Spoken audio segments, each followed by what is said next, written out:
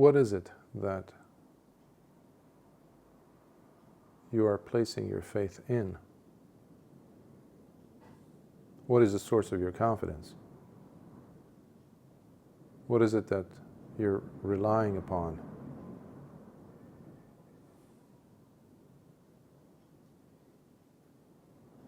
This question has to be raised by each of us to ourselves, to ask ourselves at least once a day.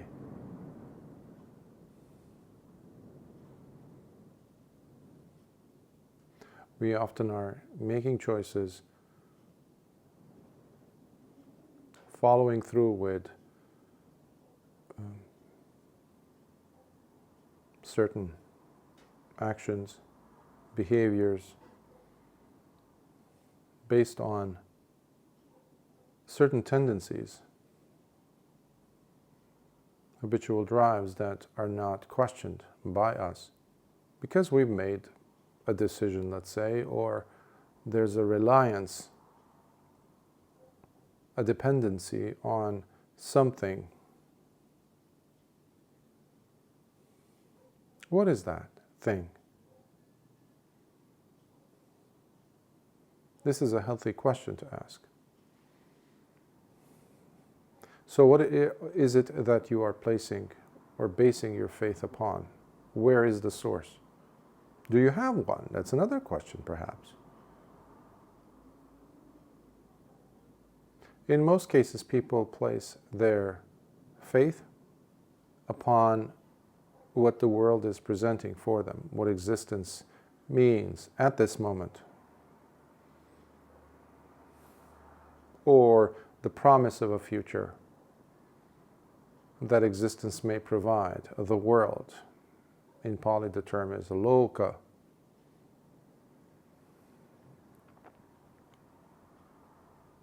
Often that takes the shape of the six sense spaces, the spheres of eye, visible object, visible forms, and the consciousness that is the outcome of those two coming together. The ear is another sphere with the sound, the audible sound, and sound consciousness, ear consciousness, we say. That's the result of that, those two coming together.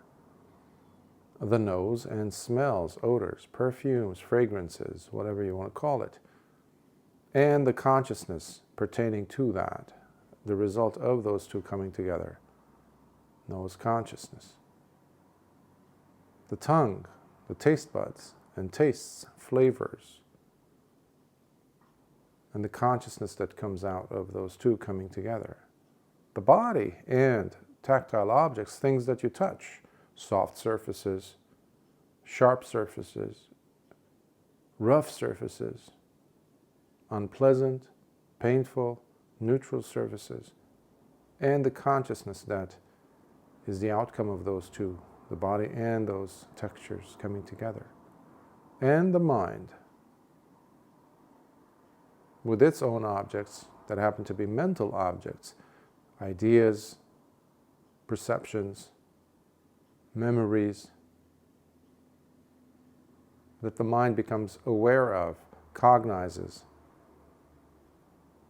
through mind consciousness. So each of these is called a sphere. In other words, existing the world. For many, these happen to be a good source of, in their mind, a good source of dependency, reliance, something to have their faith upon. In modern language, science would say, for example, empirical evidence, empirical. What does that mean? That means you can taste it, you can sense it, you can see it. That's how scientific observations are made, they say. Not always, but at least they base it upon the empirical. It's an empirical study. The senses have picked them up They're undeniably there. So for many of us, the six senses are the empirical, doubtless in a sense, source of valid information, valid, in this case, dependence for us. But are they really?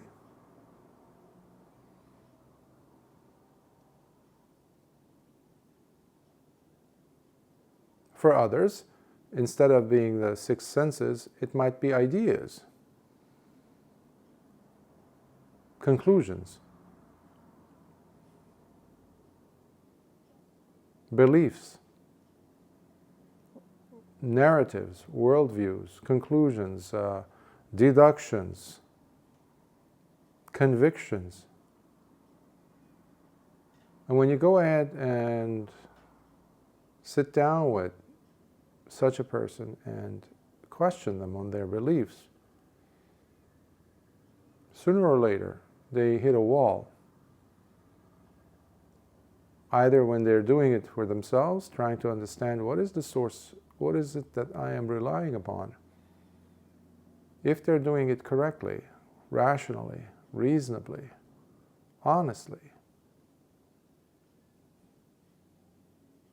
If it's purely based on a belief or a conviction, or what someone else has told you or taught you,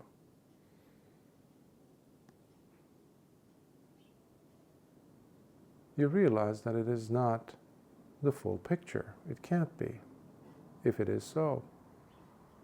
So what is your faith upon? Is it real relationship? Is it your possession, your assets, your abilities? That's an asset. Your achievements, your prowess in this or that function or part of your life where you excel. Your status, is that the source?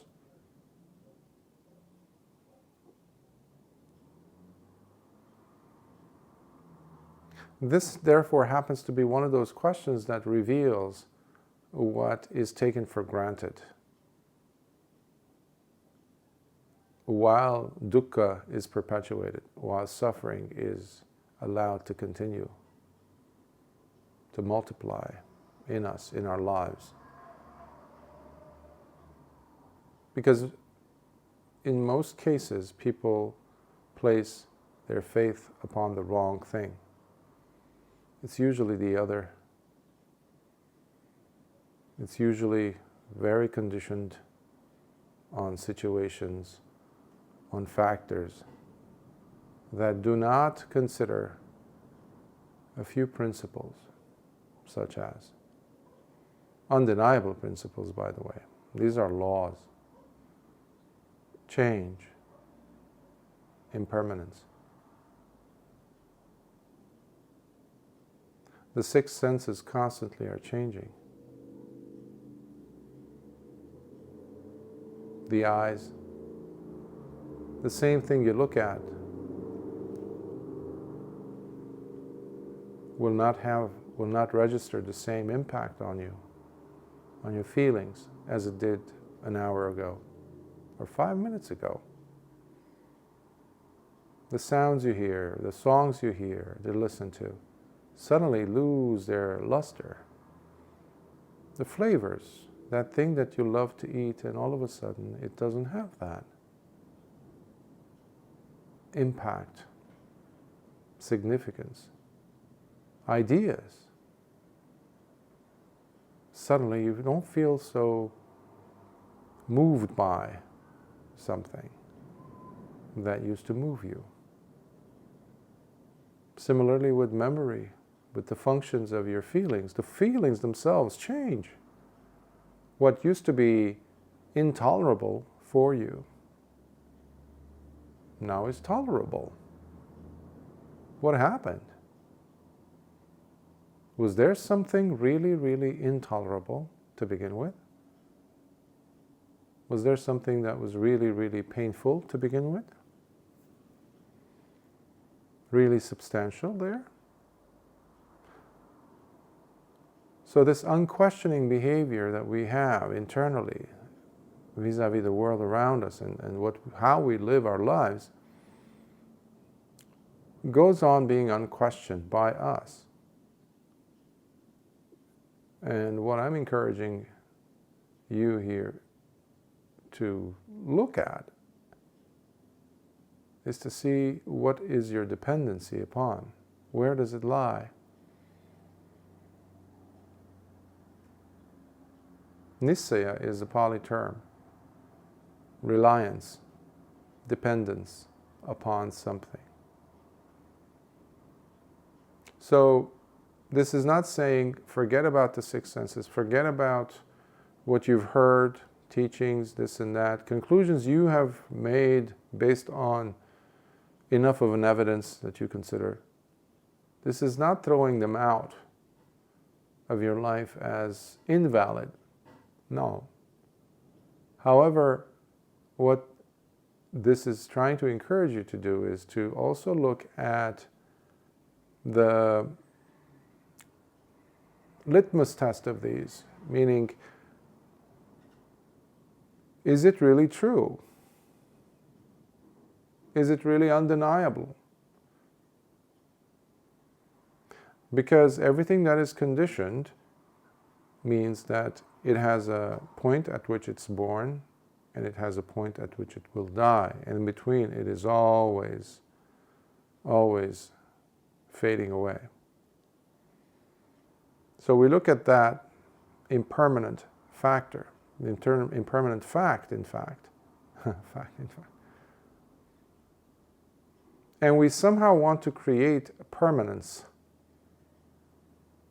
So it becomes diluted. The whole premise is diluted. That's why I call it the litmus test. Do I have all the bases covered? Have I looked at it carefully from all angles? Is this thing that I am basing my faith upon really that? So impermanence has to be looked at. The fact that we look at things that produce pain and somehow want to turn it into pleasure-giving or happiness-causing, that's also delusion. And the other third litmus test is to go looking for some essence there. We look for people who think the same way, who look at the world the same way as we do, somehow to validate what we also believe in. And then something happens, and all of a sudden it's exposed for what it is. People that we consider to be faithful, people that we have faith in, basically. Individuals that we trust, and then we place everything on that.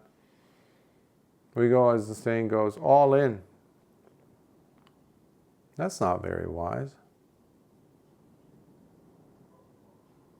So the experiencing of it, with the inclusion of various factors, and how is the state of the heart at that moment? Is there any suppression? Are you trying to convince yourself of something?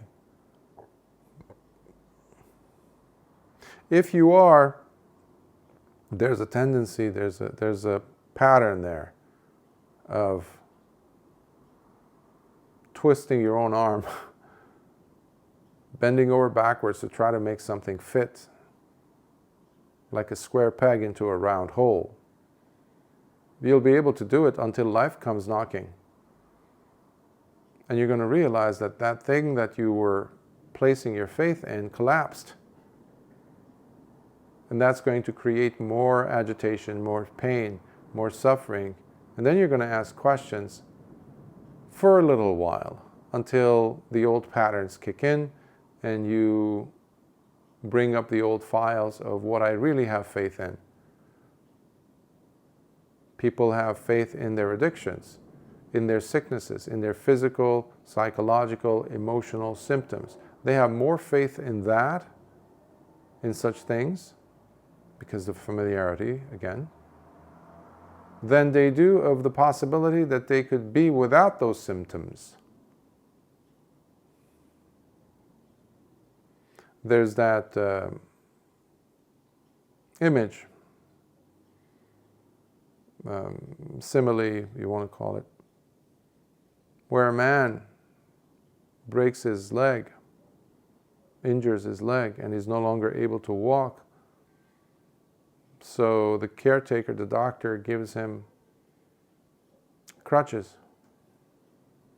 to assist him in walking. But he develops such a lovely relationship, or dependency rather, on those crutches. Over time, he feels very comfortable walking with those crutches until he goes to the doctor's office, and the tests, all that, prove that his bones are perfectly healed. His ligaments are perfect. His tendons are all working just fine. And the doctor says, you can put away those crutches, you don't need them really. But the person tries to put them aside, lean them against the wall, and walk without them. He's unable to. What happened? His faith has been placed upon the wrong thing. This is when individuals place their faith on someone else, a partner,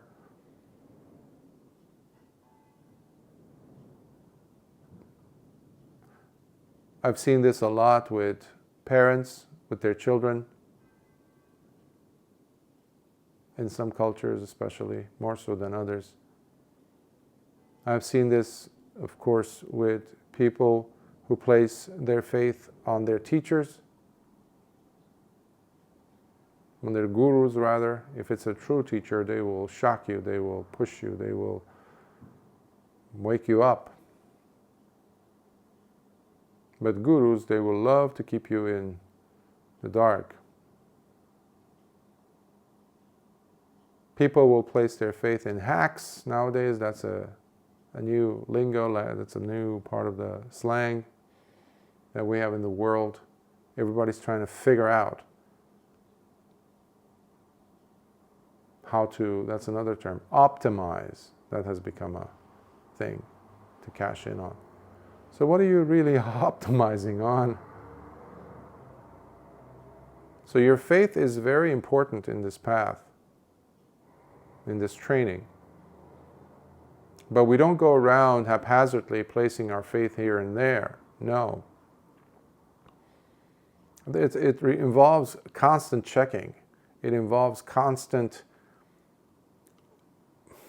observation to see if this faith is well placed. Because oftentimes people have placed them, as I'm mentioning here, upon the wrong things. You've heard me mention Hiri and Uttapa many times, that wise inner sense of moral shame and wise inner sense of moral fear and dread.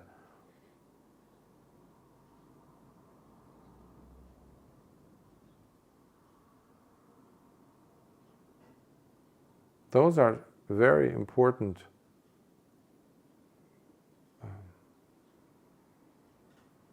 crucial parts of our upbringing, training. And they also will expose whether our faith is wrongly placed. And the other thing is the presence of sati, to see whether there's tension building in your mind, in your body, in your brain, in different parts of your body. Because oftentimes when you're about to do something that is based upon the wrong dependency, guess what? Your body will send you a signal, many signals in fact. Your heart will cringe. And another thing will happen. You will notice, if you're really careful and if you're really applying sati, you're going to notice that your breathing is not the same. In fact, it's gone either shallow or you're not breathing at all at that moment. Your torso, your diaphragm is not moving up and down. Your lungs are not expanding. It's almost like you're still exhaling. That's creating tension. Your blood pressure is rising. And there's more heat being generated. Everything is psychosomatic, one would say, justifiably, because the body will really reflect what's going on internally. So don't think that your faith has nothing to do with the body, because the body is sending you signals. Sati is not there, that's the problem. Your awareness, your sampajanya is not there. Full awareness of what's going on is not there. That is something you can definitely have faith in. Now, this is not saying have faith and dependency and reliance upon the body, period. No. No. That would be the same as saying have faith in the six senses, specifically on the tactile perception of the body. No.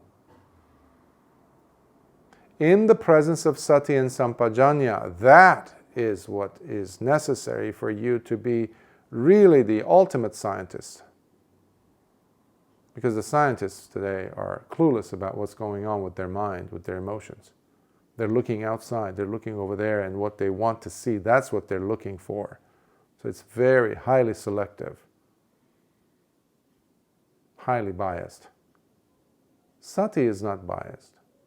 So once I've mentioned Hiri and Ottappa, the main thing that is the very groundwork of training and practice and growth are these two, sati and sampajanya. Because you're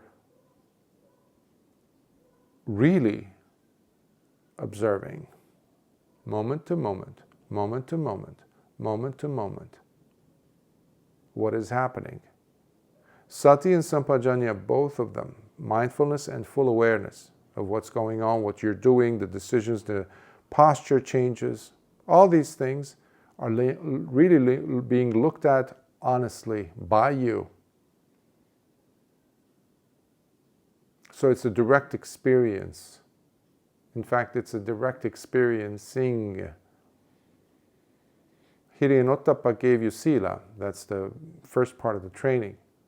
This second is allowing you deepening of the cultivation of the mind and what that really means.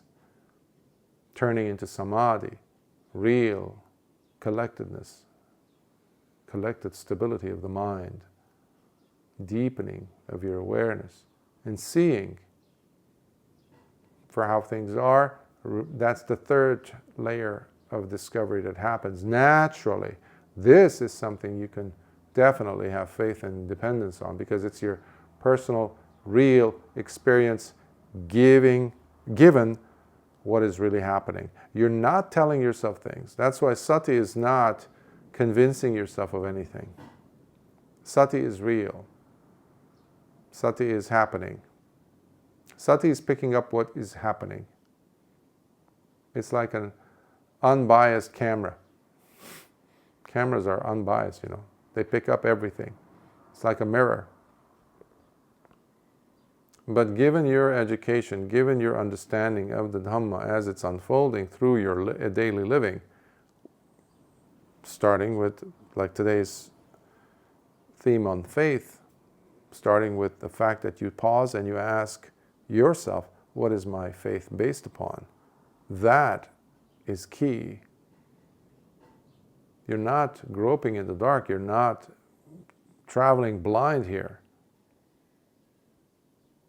And with enough sati and sampajanya, suddenly you start seeing the way things really are unfolding. And that's what we call insight. That's what we call discernment or wisdom, panya. And that's the completion of the third part of the training. The whole thing comes together. So we never have faith just like that, haphazardly. It's not a result of happenstance, a revelation, a gift that's given to us. So faith has to be there from start in your heart towards something that is valid, that is unchanging. The awareness of things that are changing, the awareness of it is key. which has within it honesty. And only you can know that, because the level of suffering will diminish. That's the thing. That's the outcome measure, if you will, modern, science clinical term. What are the outcome measures? That's it. In therapy, for example, as you're taking a client in the initial session, when you're doing the assessment, one of the things that I train individuals and as a therapist, you have to know these things as a clinician. What is the frequency of the symptoms? How often? And it has to be demonstrably there. What is the physical manifestation of the symptom, for example? What is the emotional results? All these things. And then, so that's what you work with. Let's say 3 times of outburst of this, temper tantrum, if it's a child or something like that. Okay? When you're doing the treatment plan, we call it, how to have the therapy unfold, from the start you have to have a goal, as in, well, the goal is to drop it from 3 times of this thing occurring to once or 3 times per day, to drop it down to 3 times per week. That's a pretty considerable amount of a decrease, right? So that will be an outcome measure, so that the person does not face so much pain and suffering at the end. Honestly, looking at that, how it unfolds, is what I'm encouraging people to do here, you to do here, by looking at, what is my outcome measure? Because of this faith, am I still in pain? Am I still in the gunk? Am I still telling myself lies? Or if I do this, when I do this and apply sati, if I apply full awareness of my behavior, my thoughts, my internal monologue, speech in my mind, as well as with people externally, and especially my bodily, physical behavior, when I'm in charge of that, is that bringing me more pain, more suffering, or more ease? Less pain, less suffering. That is undeniable in its outcome measure of something wonderful taking place. That you can take faith in, have faith in, dependency, because that's going to take you to the next rung on the ladder. Next, and then you're going to look back and see that you are totally, who you were to you now is totally unrecognizable. You can never go back and do those things. And this is what we call transformation. You're healing yourself. So faith heals if it's the right, and it's not the right type of faith, depending on, by looking on the external and in the world around you. Is it that or versus that? No, they're all that. They're all external. They mean nothing ultimately. So nothing to go ahead and attach yourself to, even the Buddha or this. We don't attach ourselves to the Buddha or Buddhist teachings or anything. It's a belief system otherwise, a dogma. No. You have to live with yourself. That's the territory of sati and sampajanya. Stay in your home territory. Don't go lurking, loitering outside of it. You have everything you need here. Watching, closely observing the body, mindfully, with awareness and reliance on the right thing. Sukhyoto.